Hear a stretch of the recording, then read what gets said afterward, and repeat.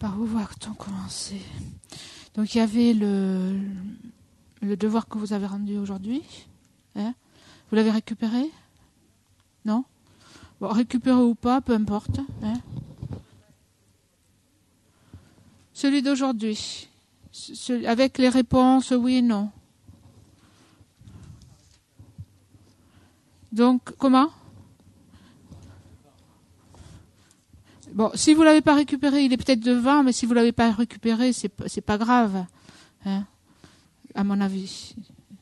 Si vous le voulez absolument, vous sortez, mais bon, on va pas attendre que tout le monde sorte et revienne. Vous pouvez noter, vous avez travaillé dessus, donc vous devez l'avoir un peu en tête aussi. Si vous avez la mémoire. Ça, c'est autre chose.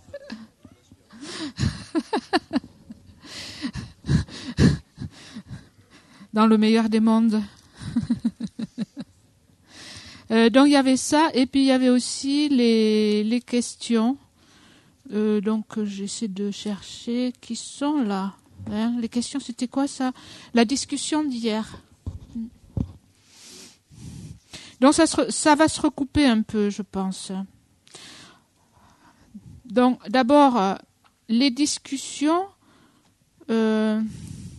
Parmi la discussion d'hier, la première question, c'était parmi les 7 types de perceptions, lesquelles sont avérées? Alors, lesquelles sont avérées? Est-ce qu'il y a un micro? À la table de Valérie, il y a un micro. Donc, qui c'est qui veut répondre à cette question? Parmi les 7, lesquelles sont avérées? Vas-y. Nous, on avait dit les perceptions initiales avérées. Oui. Et les perceptions initiales avérées inférentielles. Voilà. Donc, les perceptions initiales avérées directes et les perceptions initiales avérées inférentielles. Hein, les 2 premières divisions des 7. Donc, ces 2 sont avérées. Est-ce qu'il y en a d'autres? Oui. Est-ce que tu peux passer le micro?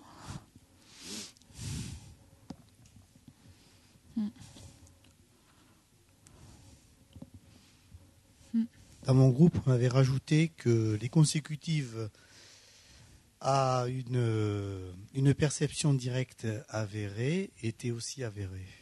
Donc, est-ce que vous êtes d'accord? Myriam, prends le micro, s'il te plaît. C'est embêtant, ce micro. Hein. Ça coupe, à moins qu'on fasse ça et je répète tout. Alors, vas-y. Parce que sinon... Donc, la question qu'on s'est posée, je répète ce que Myriam... Quand on dit avéré... Voilà, donc avéré, la définition de avéré, c'est initial, nouvelle, le premier moment, et infaillible. Les 2.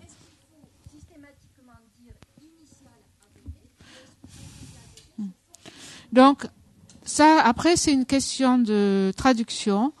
Si on dit avéré, Valérie a son propre vocabulaire, et Valérie dit initial avéré et non initial et ou non avéré. Donc, c'est sa façon de traduire. Après, vous trouverez d'autres traductions, initial avéré ou non initial non avéré. En fait, quelquefois, on dit tout simplement avéré et non avéré. Donc, il y en a 2 avérés et les 5 sont non avérés. Seulement, les consécutives, elles sont pas initiales et donc elles sont pas avérées à cause de ça, parce qu'elles sont pas initiales. Mais elles sont infaillibles. Elles sont infaillibles. Mais elles sont pas avérées parce qu'elles sont pas initiales. Voilà. Donc il faut pas confondre avéré et infaillible. Mais ici, on est dans le cadre de l'école Sotantrika. Et on a vu, vaguement, mais on l'a vu peut-être, que cette présentation, quelqu'un m'a demandé aussi pourquoi on étudie ça du point de vue Sotantrika, c'est parce que c'est les Sotantrika qui font cet exposé, cette présentation. Et les autres écoles, elles s'appuient sur cette présentation. Donc elles acceptent cette présentation, mais il y a quelques différences mineures. Mineures ou plus ou moins mineures. Mais une des différences, par exemple, c'est que pour les Prasangika, si une perception est infaillible, même si elle n'est pas initiale, pour eux, ça va être avéré. C'est-à-dire, ils vont inclure les perceptions consécutives dans les perceptions avérées. Parce que consécutive, c'est le deuxième moment et les moments subséquents, consécutives ou subséquentes, qui suivent une perception initiale avérée. Donc le deuxième, troisième, etc. Donc elles sont infaillibles, les consécutives ou subséquentes. Mais c'est pas le premier moment. Donc, en général, elles sont pas avérées parce que c'est pas le premier moment, mais pour les prasangika, par exemple, elles vont être avérées. Donc, ils sont avérés les deux. Après, lesquels sont conceptuels, lesquels sont non conceptuels. Parmi ces 7 types de perceptions. C'était la question. Oui, Annie? Dans le micro, s'il te plaît. Si tu as le micro, autant parler dedans. Oui, d'accord. Oui. Si je me souviens bien, les gens qui travaillaient avec dans le moi groupe, me diront lesquels sont conceptuels et lesquels ne sont pas conceptuels, c'est ça? Oui. Il y a les sensoriels. Les sensoriels sont non conceptuels. Oui. Les auto-perceptions sont conceptuelles. Oui. Et les yogiques sont... On parle là toujours parmi les 7. Les 7, oui. Je pense. Oui. Parmi les 7 types de perception. Donc vous prenez les 7. C'est-à-dire mental et parmi sensoriel. C'est quoi les 7? Oui. C'est toutes les 5 sensorielles plus les mentales. Non? Ah bon? Les 7 types de perception, c'est les deux, c'est initial avéré, initial avéré direct, initial avéré inférentiel, consécutive ou subséquente, précaire, machinal, le doute et les perceptions fausses. Parmi ces 7, voilà. Alors, là, pour faire court, les sensorielles sont... les sensorielles, elles sont où? Elles sont dans les perceptions directes. Oui, elles sont dans les directs. Est-ce qu'elles sont forcément avérées? Elles le sont ou pas avérées. Elles sont avérées ou pas. Ou pas. Donc, les perceptions initiales avérées directes, elles sont non conceptuelles. Non conceptuelles. Les perceptions initiales avérées inférentielles, elles sont non conceptuelles. Elles sont conceptuelles. Parce qu'elles sont dans l'esprit. Est-ce qu'il y a les deux? Est-ce qu'il y a conceptuel et non conceptuel? Non, puisque c'est le deuxième mouvement, c'est dans l'esprit. En esprit, c'est pas ça? C'est inférentiel, donc c'est conceptuel. Oui, toutes les perceptions avérées inférentielles sont conceptuelles. D'accord. Après, vous pouvez vous souvenir que quand on étudiait les perceptions directes, on a dit il y a 3 types de perceptions directes. Et les perceptions directes, elles sont non conceptuelles. C'était quoi la division des perceptions directes? Avérées directes. Il y en avait 3. Consécutives qui sont directes. Parce que parmi les consécutives, il y a les deux. Il y a consécutif direct et inférentiel. Enfin, consécutive, le deuxième moment, des perceptions directes avérées et des perceptions conceptuelles avérées. Donc, dans les perceptions consécutives, il y a les deux. Donc, les perceptions consécutives ou subséquentes qui sont directes, mais elles ne sont pas toutes directes. Après, les machinales, elles sont directes. Si vous vous rappelez, au début, le premier jour, dans l'enseignement, quand on a parlé, le premier jour, on a parlé des conceptions, première division, perception initiale avérée directe. Et Geshe a fait une grande parenthèse pour parler des perceptions directes. Et là, il y avait 4 divisions. Mais après, parmi ces 4, les 3 premières divisions avaient 3 divisions. Et c'était ça, les perceptions directes avérées, les perceptions consécutives qui sont directes et les perceptions machinales. Ce qui veut dire que les autres, elles sont conceptuelles. Hein. C'est-à-dire, si on prend par exemple les précaires, hein, qu'est-ce que vous en pensez, les précaires? C'est conceptuel, c'est des suppositions correctes. Hein. Ça veut dire que c'est comme une croyance en fait. Vous voyez, quand on suppose quelque chose, c'est correct. Donc ça concorde avec la réalité. Par exemple, je pense que la personne qui existe de façon intrinsèque n'existe pas, hein, parce que je l'ai entendu, c'est basé sur la croyance. Mais je n'ai pas appliqué le raisonnement correct. Hein. Donc c'est conceptuel. Les doutes, c'est conceptuel. Et les fausses, il y a conceptuel et non conceptuel. Hein. Il y a un très bon résumé à la page 189 du livre, si vous voyez, hein, je pense. 188, 189. Chinal, elles sont non conceptuelles. Oui. Donc, à la fin de la page 188, toutes les perceptions directes et les conceptions inattentives, ainsi que certaines cognitions subséquentes et cognitions fausses, sont posées comme des illustrations de cognitions non conceptuelles. Après, il y a un paragraphe là. Parmi les 7 genres de conscience et connaissance, les perceptions directes et les cognitions inattentives sont toujours non conceptuelles. Les conceptions subséquentes et les conceptions fausses peuvent être soit conceptuelles, soit non conceptuelles. Et les cognitions inférentielles, les doutes et les suppositions correctes sont toujours conceptuelles. Là, il y a un bon résumé à la page 189. Hein, si vous voulez, c'est bien d'avoir quelques repères, hein, pour voir qu'est-ce qui est conceptuel, qu'est-ce qui est non conceptuel. Hein. Donc, inférentiel, doute et supposition correcte, c'est toujours conceptuel. Subséquente et fausse, il y a les deux. Hein. Et les autres, parce qu'ici, oui, les divisions sont différentes. Et les autres, donc les cognitions inattentives sont toujours non conceptuelles et directes sont non conceptuelles. Et inférentielles sont toujours conceptuelles. Oui, on l'a dit. Donc ça, c'est la division un peu. Hein. Et lesquels réalisent leur objet.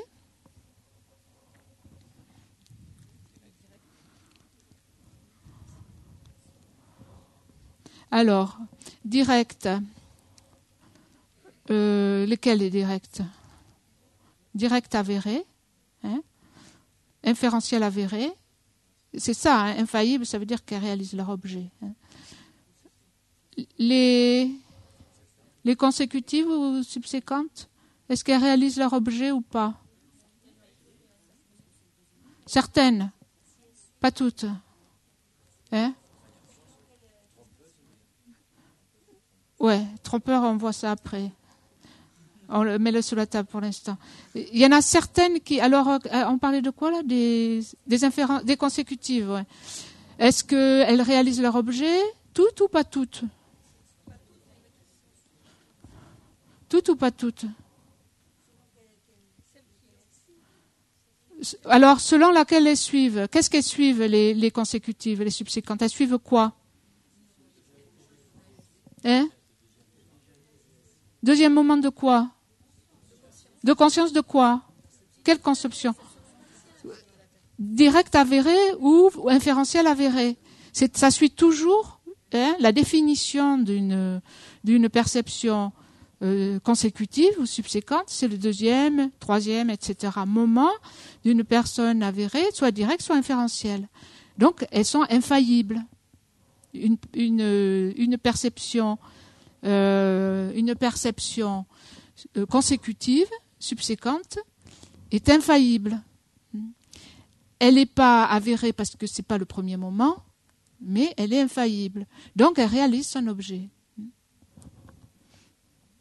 Donc, une chose est intéressante aussi.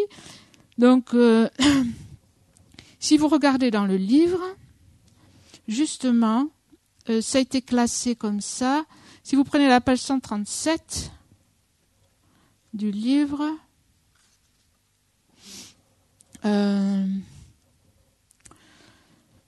voyez qu'on commence le chapitre 4, à la page 137, qui s'appelle « Les consciences non connaissantes ».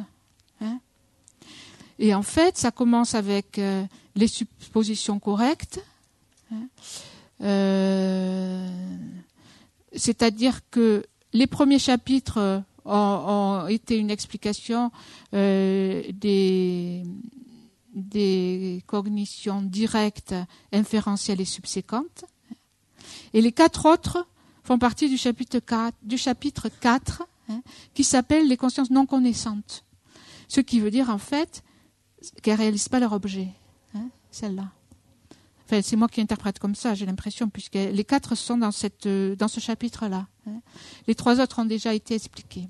Donc ça veut dire que ces 4, elles ne connaissent pas leur objet, elles ne réalisent pas leur objet.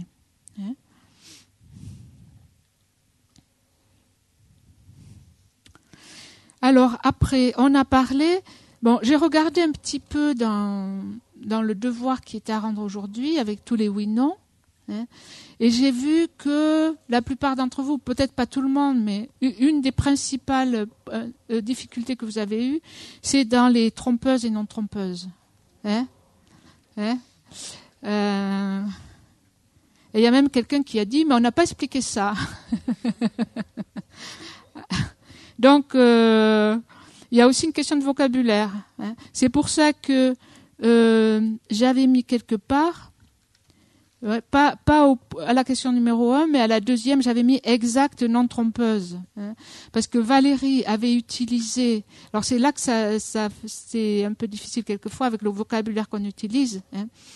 Elle avait utilisé au début exact ou non trompeur.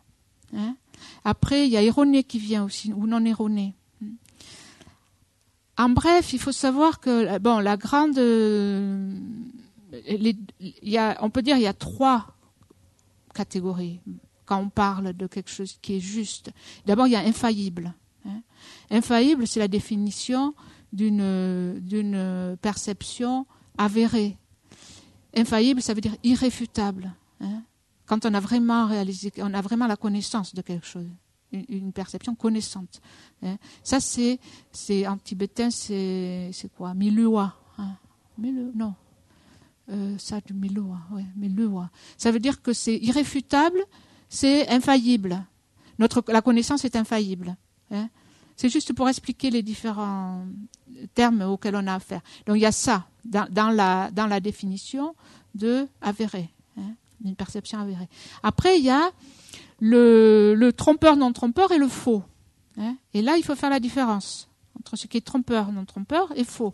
Donc, Valérie avait utilisé à un moment donné exact, non-trompeur, et quand on l'a expliqué hier, parce que ça faisait aussi partie hier, ça faisait partie d'une des divisions bipartites, c'est-à-dire en 2, il y avait les perceptions trompeuses et non-trompeuses. C'est ça? Trompeuse et non trompeuse. La deuxième division bipartite, je pense, samedi, c'était quand? C'était le matin, c'était au début. Elle a parlé des trompeuses et non trompeuses. C'est de ça dont on parle ici. Donc, qu'est-ce que ça veut dire, trompeur, non trompeur? Et quelle est la différence entre trompeur, trompeuse et fausse? Oui, tu veux te risquer? Tu prends le micro?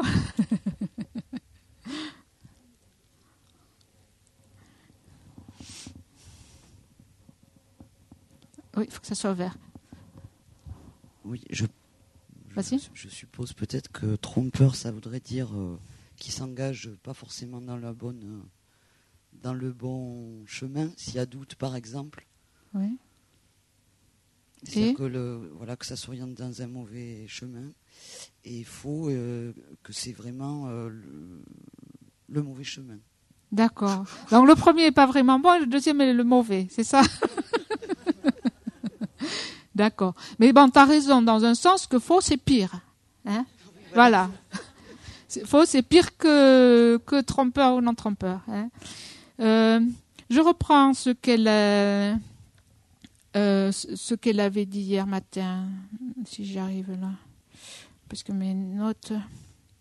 Bon, en principe, donc la différence, la différence principale, c'est que trompeur, c'est erroné par rapport à l'objet apparaissant. Faux, c'est erroné par rapport à l'objet d'engagement. Et une perception fausse s'engage en fait dans un objet qui n'existe pas. Donc c'est... Est-ce que je l'ai là ?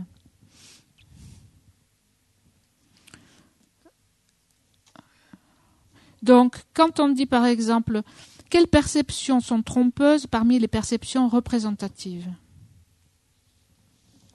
Représentatif, c'est quoi ? C'est conceptuel. Alors, lesquelles sont trompeuses ?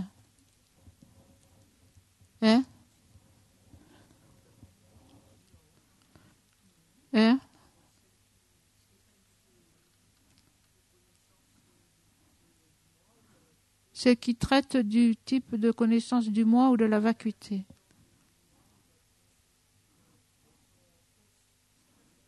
Du moi ou... Comment ? Donc, la définition d'une perception trompeuse. Trompeuse, je dis. On parle des trompeuses maintenant. Parmi les perceptions représentatives, on dit qu'elles sont toutes représentatives, c'est conceptuel. On dit que toutes les perceptions représentatives sont trompeuses. Pourquoi ?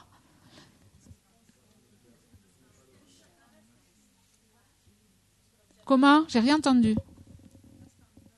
Elle passe par l'image mentale. Ce qui apparaît, c'est une image mentale. L'objet apparaissant, voilà, trompeur, c'est par rapport à ce qui apparaît. L'objet apparaissant. Donc, ce qui apparaît à toutes les consciences, les perceptions conceptuelles, l'objet apparaissant est toujours une image mentale. Et donc, on dit que toutes les perceptions conceptuelles sont trompeuses, parce que ce qui apparaît, c'est pas l'objet lui-même. Et donc, les perceptions non représentatives, non conceptuelles, ce qui apparaît, c'est l'objet lui-même. Donc, est-ce qu'elles sont trompeuses ou est-ce qu'elles sont pas trompeuses ? Elles sont pas trompeuses. Est-ce qu'elles sont jamais trompeuses ?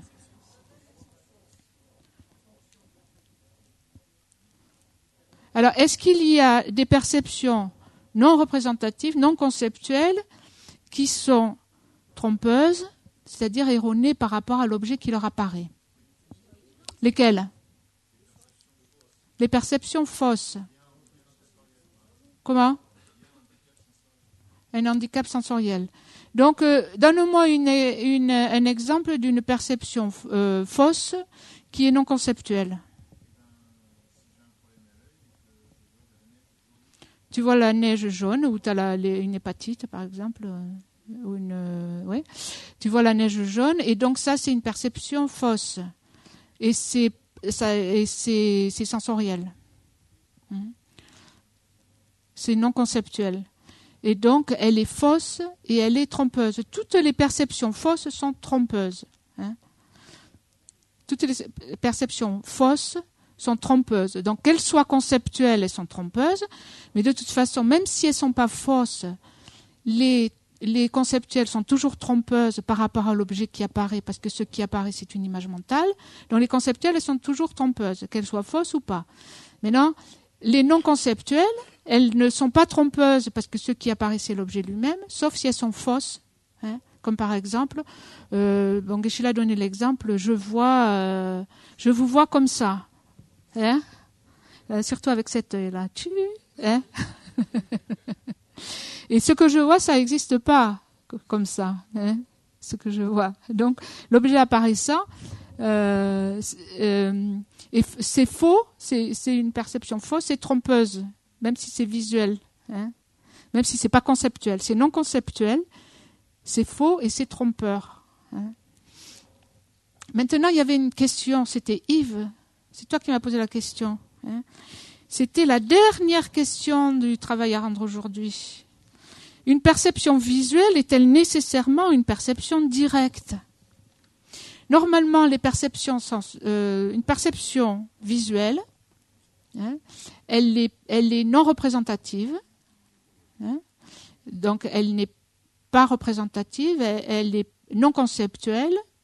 Est-ce qu'elle est directe, hein? Elle est directe. Ouais. Alors, une perception visuelle, les perceptions visuelles ou sensorielles sont directes. Hein. Est-ce qu'elles sont toujours directes?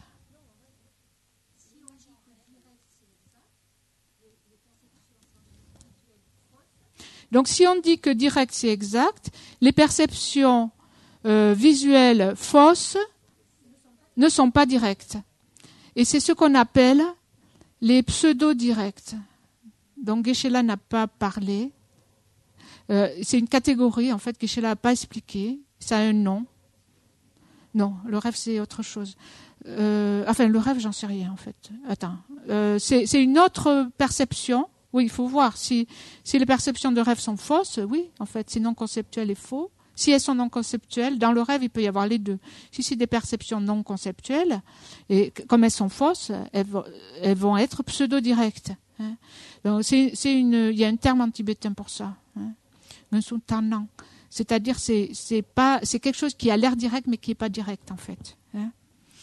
Elles semblent être des perceptions directes, authentiques, mais n'en sont pas. Hein. Et donc, ça, c'est autre chose. Attends. Oui, peut-être, mais je veux terminer mon explication. Sinon, je ne vais jamais y arriver. Oui.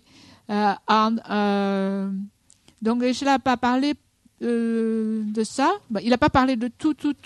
Parce que quand on va dans les détails, vous avez peut-être vu aussi en lisant le livre, hein, ça peut aller plus loin. Donc, quelquefois, c'est traduit par factice, je crois, en français. En anglais, on dit facsimilé. Et dans le livre ici, peut-être on fait mention, hein, le livre de la Rinpoche, je crois, on parle de perception directe factice ou pseudo-directe, on peut dire, hein, qui ont l'air, voilà. Donc, ce qui fait qu'une perception visuelle est-elle nécessairement une perception directe, on dira non à cause de ça. Hein, parce que les fausses, elles ne sont pas directes, elles sont pseudo-directes. Mais en général, elles sont directes. D'accord.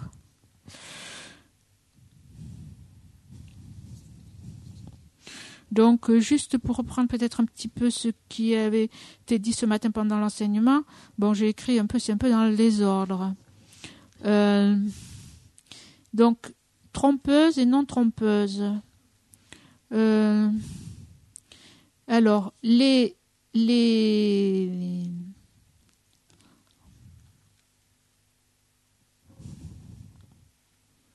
oui, parmi les non-conceptuels qui sont non-trompeuses, hein, les non-conceptuels qui sont non-trompeuses, il y a les directs initiales avérés.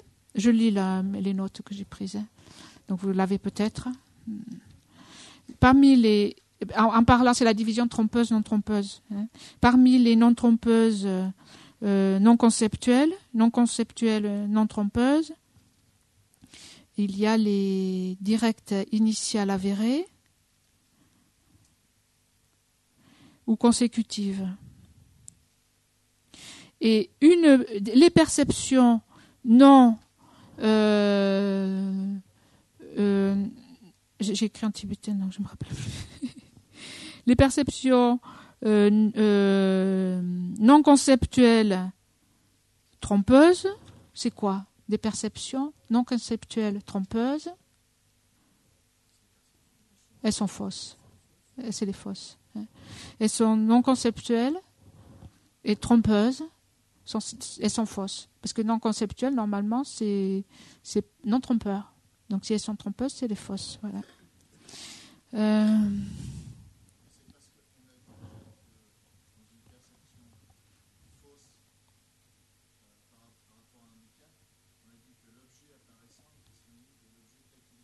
Exact. Ouais. Oui, mais ça c'est vrai pour les non conceptuels. Ouais, pour les non conceptuels, exactement. Donc oui, l'explication, je vais le reprendre, ça, hein, parce que ça n'a peut-être pas été suivi. Oui, une perception erronée, donc trompeuse est erronée par rapport à l'objet apparaissant, une perception fausse est erronée par rapport à l'objet tel qu'il est saisi. Une perception conceptuelle. Alors, une perception conceptuelle est trompeuse par rapport à l'objet apparaissant, mais pas nécessairement par rapport à l'objet saisi. Et donc, elle peut refléter la réalité. Donc, elle peut être même une perception avérée inférentielle, qui est conceptuelle. Elle est trompeuse parce que ce qui lui apparaît est une image mentale, donc elle est trompeuse par rapport à l'objet qui lui apparaît, mais pas par rapport à l'objet qu'elle comprend, dans lequel elle s'engage, son objet tel qu'il est saisi, l'objet d'engagement. Donc elle peut être même avérée. Donc c'est pour ça que voilà, 9 dans le devoir à rendre. Une conscience trompeuse, une perception trompeuse, est-elle nécessairement une conscience fausse? Non, puisque toutes les perceptions conceptuelles qui réalisent leur objet, elles sont pas fausses. Elles sont pas fausses, elles sont trompeuses parce qu'elles sont fausses par rapport, elles sont erronées par rapport à l'objet apparaissant, mais elles sont pas fausses parce qu'elles par rapport à l'objet dans lequel elles s'engagent. D'accord. Et 10, une perception fausse est-elle nécessairement trompeuse? Oui. Ok, vas-y Myriam.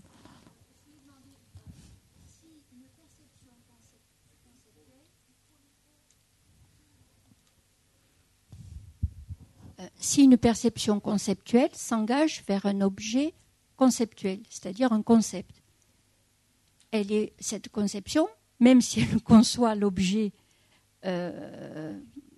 correctement, parce qu'elle est forcément trompeuse. Oui. Donc, son objet est un concept. L'image mentale, c'est un concept. Donc, oui. Quel que soit le raisonnement, il est trompeur. Oui. Non, le raisonnement n'est pas trompeur. Non, mais l'objet. La perception est trompeuse. La perception est trompeuse. Oui, c'est ce qu'on dit, oui. Ben, c'est pour ça qu'une perception, conceptuelle est trompeuse. Mais ça ne veut pas dire qu'elle ne réalise pas son objet. Tu vois. Par exemple, une perception avérée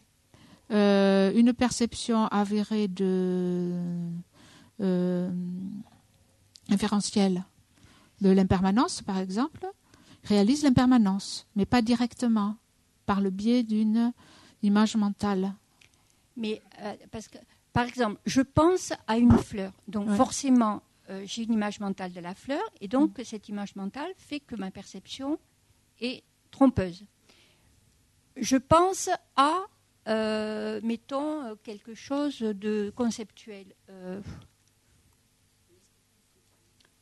Oui. Mais ta fleur, elle est conceptuelle aussi quand tu y penses. Oui, elle est conceptuelle. Ben, ton objet, la fleur elle-même, non, mais, oui, mais l'objet d'engagement, l'objet d'engagement et la fleur. Est correct, puisque je réalise la fleur, mais l'image mentale est trompeuse. Et si je pense à quelque chose de conceptuel, c'est-à-dire par exemple l'impermanence, quand j'y pense, est-ce que l'objet d'engagement est l'impermanence. Excuse-moi. Oui. Ton objet, non parce que je veux continuer aussi. Ton objet tel que il t'apparaît, c'est pareil. L'objet tel qu'il apparaît, l'impermanence est conceptuel, mais l'impermanence en réalité, c'est pas un concept. L'impermanence. Est-ce que c'est un concept, l'impermanence? L'impermanence, c'est pas un concept. C'est un concept parce que ce qu'il y a dans ton esprit, c'est un concept d'impermanence. Mais si tu réalises l'impermanence directement, il n'y a plus de concept. Mais un concept, par exemple, comme je sais pas, la bonté, tout ça là, c'est des concepts. Ouais. Bon, ça, quand j'y pense, l'objet apparaissant est trompeur, c'est une image, mais l'objet d'engagement, il est aussi, je peux pas, puisque, j'ai du mal à expliquer. Ok, tu réfléchis, si tu veux. Non, je veux terminer là, parce que sinon on va rester bloqué pendant... On n'a pas... oui, est-ce que la bonté, ça existe ou ça n'existe pas? Ou est-ce que c'est un simple concept? Il faut réfléchir. Qu'est-ce que c'est la bonté? Peut-être on verra aussi dans les facteurs mentaux, par exemple. Qu'est-ce que c'est? Justement, la bonté. Comment on peut définir? Ouais. La bonté, ça n'existe pas? Ok, je veux continuer là, excuse-moi. Non, on pourra réfléchir, non, parce que je vois pas trop où ça va et je voudrais continuer. Sinon, on va rien faire d'autre. Donc, une perception conceptuelle est... Bon, maintenant, j'ai perdu le fil. Elle est trompeuse par rapport à l'objet apparaissant, mais pas par rapport à l'objet tel qu'il est saisi. Donc, elle peut refléter la réalité, hein, même si c'est conceptuel. Par exemple, on peut réaliser, avant de réaliser la vacuité directement, on la réalise par l'intermédiaire d'une image mentale, de quelque chose de conceptuel. Mais c'est quand même une réalisation. C'est une réalisation de l'impermanence ou de la vacuité. Oui, donc ce que Geshe avait dit, c'est que pour par exemple, une perception visuelle, l'objet apparaissant et l'objet tel qu'il est saisi, c'est la même chose. Donc si elle est erronée, par rapport à l'objet, par rapport à l'un, elle est erronée forcément par rapport aux deux. Ça veut dire qu'une perception visuelle fausse et erronée, alors que normalement une perception visuelle, elle est directe, puisqu'elle est non conceptuelle, donc elle n'est pas erronée. Mais là, elle est erronée si elle est fausse. Si elle se trompe par rapport à l'objet d'engagement, elle se trompe aussi par rapport à l'objet apparaissant et vice-versa, donc les deux. Tandis que pour une perception, la perception visuelle est trompeuse, erronée envers les deux objets. Ça veut dire qu'elle est fausse. Par contre, une perception conceptuelle, l'objet apparaissant et l'objet d'engagement sont différents.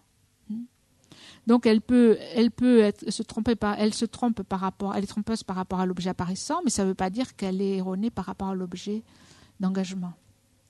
C'est ça la différence entre les deux.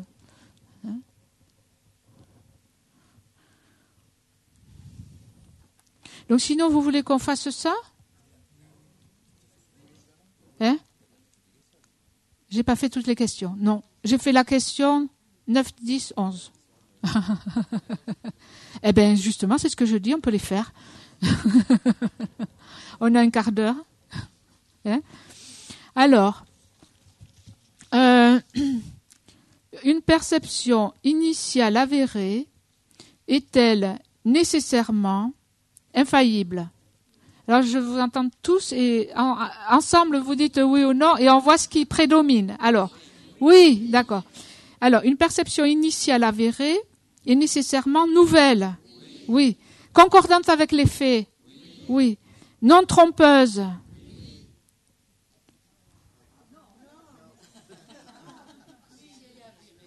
Une perception initiale avérée est-elle nécessairement non trompeuse? Alors, qui c'est qui dit? Sandra, prends le micro. Alors, une perception initiale avérée est-elle nécessairement non trompeuse? Donc, la plupart d'entre vous disent oui et quelques-uns disent non. Donc, pourquoi donc non? Alors non, pas nécessairement, parce qu'elle peut être inférentielle aussi. Voilà. Et donc, étant inférentielle... Et du coup, elle peut avoir une image mentale. Donc, voilà. Inférentielle, ça veut dire qu'elle est conceptuelle. Voilà. Et donc, elle réalise son objet, elle est avérée, elle réalise son objet par le biais d'une image mentale. Donc, elle est erronée par rapport à l'objet apparaissant, elle est trompeuse. Donc, parmi les perceptions initiales avérées, il y a les deux, puisqu'il y en a qui sont directes et sont non trompeuses, mais les inférentielles, elles sont trompeuses. Voilà. Donc, il ne faut pas dire oui à tout. D'accord. Alors, on est toujours avec la perception initiale avérée est-elle nécessairement une perception directe? Non, on vient de le dire, puisque les inférentiels, elles sont pas directes, elles sont conceptuelles. Et alors, une perception initiale avérée est-elle nécessairement non conceptuelle? Non, pour la même raison, puisqu'elle est directe. Donc, il faut... Oui. Ben oui, le premier moment d'une inférentielle. Bon, il faut bien étudier les divisions et ce que chacune recouvre. Parmi les perceptions avérées, il y a les perceptions... Oui, si vous n'avez pas étudié les divisions, après c'est difficile de vous remettre dans le bain. D'accord. Deuxième, une perception directe est-elle nécessairement exacte, non trompeuse? Vous êtes sûr? Directe, elle est nécessairement non trompeuse?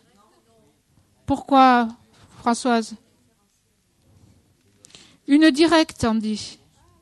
Une perception directe est-elle nécessairement non trompeuse? Qui c'est qui dit non? Stéphane, explique-nous pourquoi alors. On ne parle pas d'avéré ici, on dit direct. Ouais. Est-ce qu'elle est... on est où là? Non trompeuse, exact.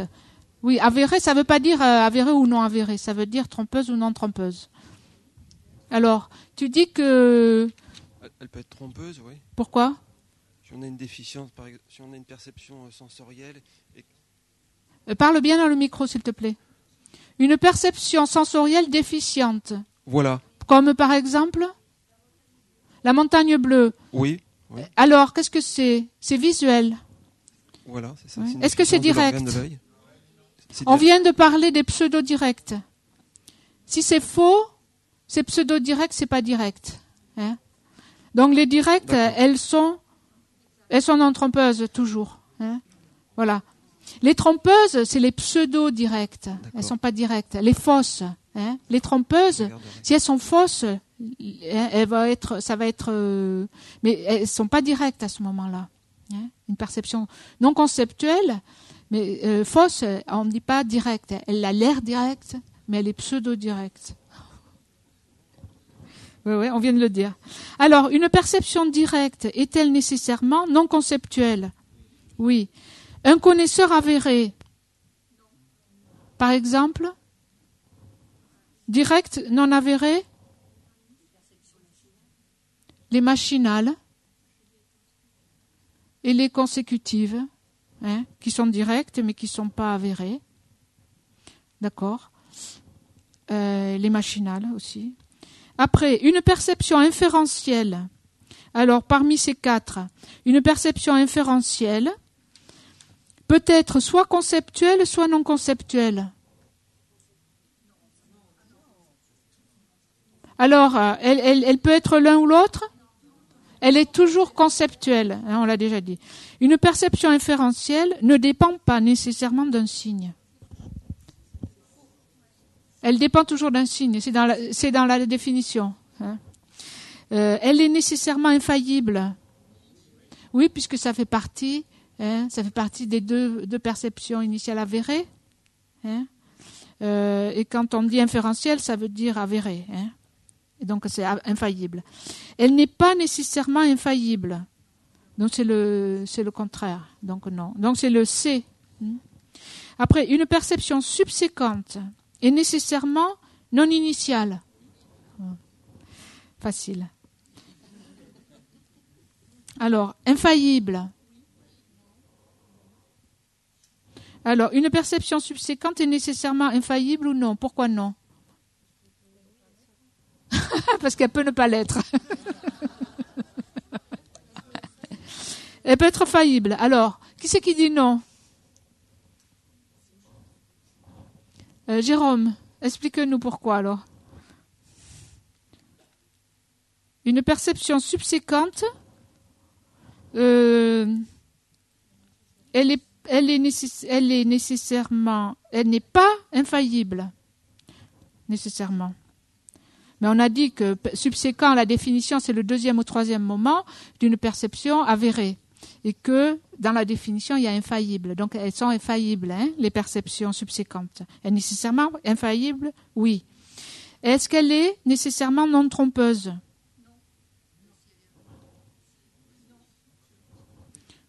Alors, elle est consécutive, elle est nécessairement non trompeuse, ça veut dire quoi? Directe. Elle est nécessairement directe? Elle peut être. Alors, est-ce qu'elle est nécessairement non trompeuse? Non. Est-ce qu'elle est nécessairement conceptuelle? Oui. Subséquente, ça veut dire quoi? C'est le deuxième moment du... C'est quoi subséquent? C'est le deuxième moment ou troisième, etc. d'une perception avérée directe ou inférentielle. Donc, le deuxième moment peut être direct ou conceptuel. Hein. Donc, elle n'est pas nécessairement conceptuelle. Hein. Et elle n'est pas nécessairement non trompeuse non plus, hein, puisqu'elle peut être conceptuelle. Et est-ce que une perception subséquente est nécessairement pas une perception avérée? Non, ça veut dire qu'elle peut être une perception avérée? Non, on a dit parce que c'est le deuxième ou troisième moment, dans ce sens-là. Pour les prasangika, oui, elle peut être. Hein, mais dans le cadre où on se situe là, hein, ça n'est pas subséquent, parce que subséquent, c'est plus le premier moment. Hein. Mais comme elle est infaillible, hein, comme d'après les prasangika, c'est pas simplement le premier moment. Hein, les prasangika, ils n'obtiennent pas ce critère de premier moment. Hein. Si c'est infaillible, c'est avéré. Donc pour un prasangika, oui, subséquent, ça serait avéré. Hein, si on ne prend pas ce critère de nouveau. Hein. Mais ici, on se situe chez les Sutantrika. Donc il faut mettre oui. Et donc quelqu'un me disait aussi, pourquoi on utilise tous ces négatifs, hein? Oui, mais ça fait partie des exercices. Posez la question à Geshe-la. Il dit, quand ils font les premières classes, par exemple, la classe du Dura, hein, il y a ce qui n'est pas un non-vase, ce qui n'est pas le non, ce qui n'est pas, n'est pas. Et ils accumulent les négations et tout ça. C'est histoire d'exercer l'esprit. Hein. Voilà. Ça simplifie pas, mais ça fait réfléchir. C'est juste pour rendre l'esprit un peu plus souple. C'est comme les exercices. Hein. Alors, la perception exacte de... On en est où, en fait? Subséquente. Alors, une perception subséquente. André. Alors, André, dis-moi, une perception subséquente est nécessairement... Je sais, mais on le répète. Une seconde. Alors, une perception subséquente, est-ce qu'elle est avérée ou pas, André? Subséquent, ça veut dire deuxième ou troisième moment. Hein? Donc, c'est pas le premier moment, donc c'est pas avéré. Pour cette raison. Hein? Avéré, une perception avérée, c'est initiale et infaillible. Hein, une perception initiale infaillible. Donc c'est oui, voilà. Parce qu'elle est nécessairement pas une perception avérée. Hein. Ça veut dire qu'elle est une perception subséquente, doit être non avérée. Et nécessairement non avérée. Hein. D'accord. Après, une perception précaire, qui est aussi appelée supposition correcte, hein, est nécessairement infaillible? Non. Hein. En concordance avec les faits? Oui. Conceptuel? Oui. Alors je répète, on a dit oui pour les gens qui sont derrière. Ils vous entendent pas. On a dit non, pardon. Elle est infaillible, non. En concordance avec les faits, oui. Conceptuelle, oui. Est-ce qu'une perception précaire est nécessairement non trompeuse? Non. Hein? Alors, une perception précaire, elle est conceptuelle. Hein? Ça veut dire qu'elle est trompeuse. Hein? Donc, elle n'est pas non trompeuse. Après, une perception machinale ou inattentive, c'est-à-dire à laquelle un objet apparaît sans être authentifié, est nécessairement... Est-ce qu'elle est nécessairement conceptuelle? Nécessairement non conceptuelle? Oui, nécessairement non conceptuelle. Est-ce qu'elle est non trompeuse? Pourquoi tu dis non? Parce qu'elle est trompeuse. On vient de dire qu'elle n'est pas conceptuelle et qu'elle n'est pas conceptuelle et qu'elle est non conceptuelle. Étant non conceptuelle, elle est non trompeuse.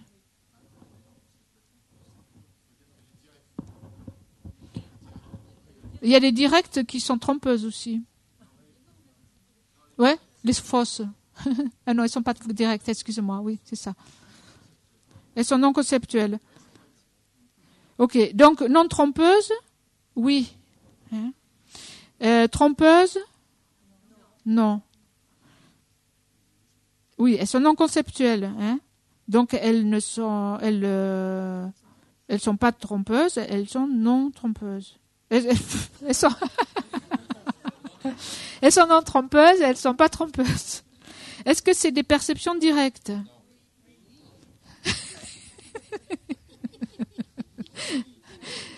Il y en a qui ont l'esprit de contradiction. Voilà, c'est direct, une perception machinale. Alors après, une conscience de doute, elle peut être soit irrésolue, soit résolue. Elle est irrésolue. C'est irrésolu, c'est douteux. Elle tend toujours vers le factuel? Non. Une conscience de doute, elle tend toujours vers le factuel? Non, vous avez qu'à voir les divisions. Il y a celle qui tend vers le factuel et celle qui tend pas vers les faits. Elle est partagée entre deux positions. Ça, on sait ce que c'est le doute. C'est facile. Elle peut être non conceptuelle. Non, c'est toujours conceptuel. Une perception fausse est nécessairement conceptuelle. Non, il y a les deux, on a dit conceptuelle et non conceptuelle. Elle est nécessairement non conceptuelle. Elle est nécessairement incorrecte. Ah. Donc ici, en fait, ça veut dire, j'ai mis incorrecte. Ouais, ça veut dire, oui, ça veut dire quoi? Elle est incorrecte, mais je pense que ça voulait dire trompeuse, en fait. Est-ce qu'elle est nécessairement trompeuse? Oui, elle est trompeuse, nécessairement. Elle est fausse, elle est trompeuse. Oui, parce que j'ai mis incorrect. Et dans les autres, j'ai mis trompeur. Alors, je ne sais pas ce que ça voulait dire, mais...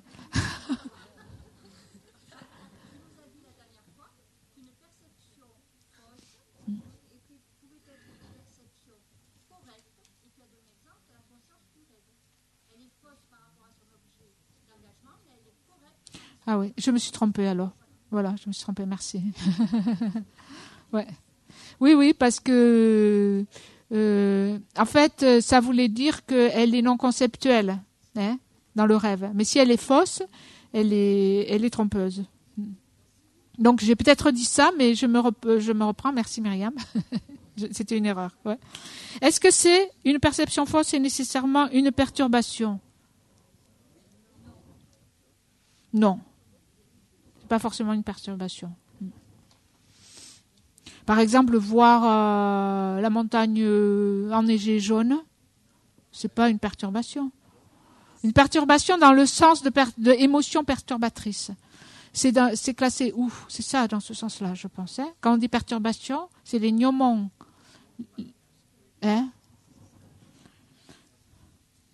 Donc, voilà. Ouais. Alors, il y a un doute. Oui. Le A de la 7. Alors, une conscience de doute peut être soit irrésolue, soit résolue. Mais ça dépend peut-être ce que vous les entendez par là.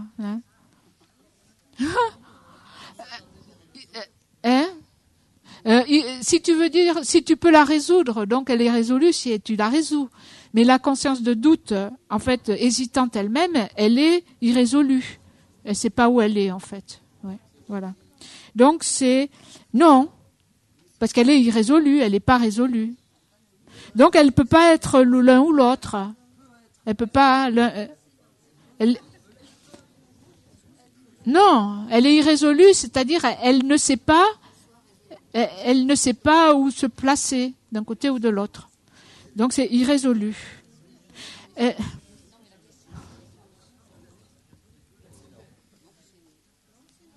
peut être soit l'un ou l'autre, non.